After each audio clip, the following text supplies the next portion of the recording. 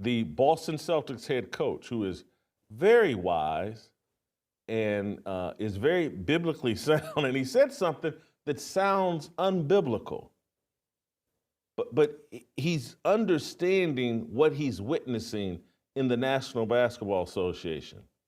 A lack of competitive fire and a lack of competition, and that the game has turned into a reality show that's about narrative more than the competition on the court. That's why there's this huge, Bronny James, he scored his first basket last night. LeBron James is on, ESPN ran a picture of LeBron post-game with this big smile on his face. Yeah, my boy, he scored his first 2 points. They got crushed by the Cleveland Cavaliers, embarrassed after a loss. But no one cares because Bronny James hit a jump shot, a mid-range jump shot.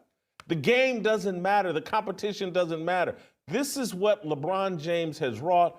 Joe Mazzulla, without calling LeBron James' name, he can feel it in the culture, and he has a solution. Play the clip. We've been kicking around some proposed rule changes in the league. What if? I love this. What do you got? You have some proposals? Come on. Yeah, like basketball is one of the only sports that doesn't have a power play. And I think soccer just put in the blue card where a guy has to go off and it's 10-on-9. And so, like, we should have a power play where, like, you know, because let's say you get a technical or let's say you get a take foul, you get the one shot, but you're not really rewarded for that because if you miss it, you don't get the reward for the take foul. You know what I mean? So there should be like a power play where on a take foul, on a technical, you have to play 5-on-4 for 5 seconds or 3 passes. Or charge. Or what about for an entire possession? You know, what if for the entire possession it's 5-on-4? Yeah. I mean, that might be a little extreme, but I think we should institute power plays where instead of taking the ball out on the side, you commit a foul, the guy goes to the other side of half court, and he can't leave the half court circle until like 3 seconds. Oh, I love this. The biggest thing that we rob people of from an entertainment standpoint is you can't fight anymore. We should just bring back like fighting. I mean, I'm not against that. I'm not against those days in the NBA. What's more, I mean, you want to talk about robbing the league of entertainment. What's more entertaining than a little scuffle? I agree. How come in baseball they're allowed to clear the benches? How come in hockey they're allowed to fight? I don't understand. Like, hockey, don't tell me actually let them go for a while. How about just hard fouls in the sport? I mean, even if it doesn't rise to the level of fighting, you don't have the hard fouls anymore. You don't have the fear of going inside. You don't have the fear of some of the Pistons. other of the opponents. Yeah. I just don't get why some sports are allowed to clear the benches. They have bats and weapons. We don't. We just have a ball.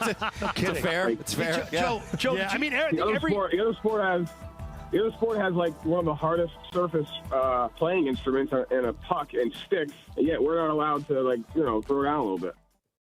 The fighting aspect. It sounds crazy, but he's made a hell of a point.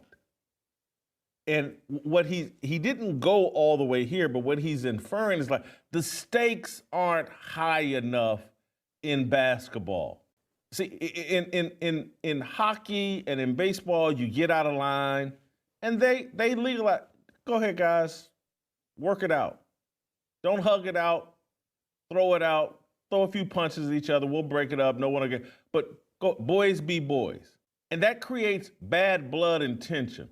Let's say LeBron James had taken a swing at Steph Curry at some point during their careers overlapping.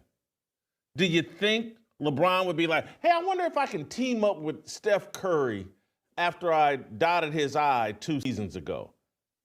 Do you think if he and Dwayne Wade had ever fought with each other when LeBron was in Cleveland and Dwayne was in Miami, do you think that would make them less likely to be like, yeah, let's go be teammates? I'm not saying it would eliminate it, but it would make it more competitive. And they know the competition has been reduced the most in what 2 sports? And I'm going to go all the way here. Football and basketball. What 2 sports just happen to be dominated by black players who want to be coddled, who want to be safe? What 2 sports did the man just call out as like, yeah, they can still fight with each other? They're not living in fear. They're not craving safety at every turn. Hockey and baseball, white guys. And this isn't a race thing. If I guarantee you, if you examine the mentality, like the evangelical Christian mentality, as opposed baseball and hockey versus football and basketball. What two sports had the athletes that were like, hey man, I ain't doing this pride stuff, willing to stand up and buck their leads over their religious beliefs? Again, it's fun, and I love it when black athletes, I just want to thank my Lord and Savior Jesus Christ. What I would love to see him do is say, hey, this Marxist BS, I ain't doing that. When they tell me to put on the pride stuff, I ain't doing that. I'm not getting involved with Black Lives Matter and that whole LGBTQ movement. How about those? Look, guys, I love it when you celebrate Jesus Christ. But how about taking a stand on those beliefs? I'm not saying all of baseball and hockey did it, but we saw those players do it. We saw one guy in the NBA, Jonathan Isaac. One guy. Nah, I ain't taking a knee. I'm standing on God. One guy stand up on his. This league is destroying itself through fear, a lack of competition, a lack of balls, a lack of masculinity, and that's what Joe Mazzulla is getting at. We have to restore masculine energy to the NBA. Our lack of masculinity is damaging the game. This reliance, and why I got Steph Curry in there, this reliance on three-point shots. Again, this is all on watch an NBA game. There's so little contact anymore.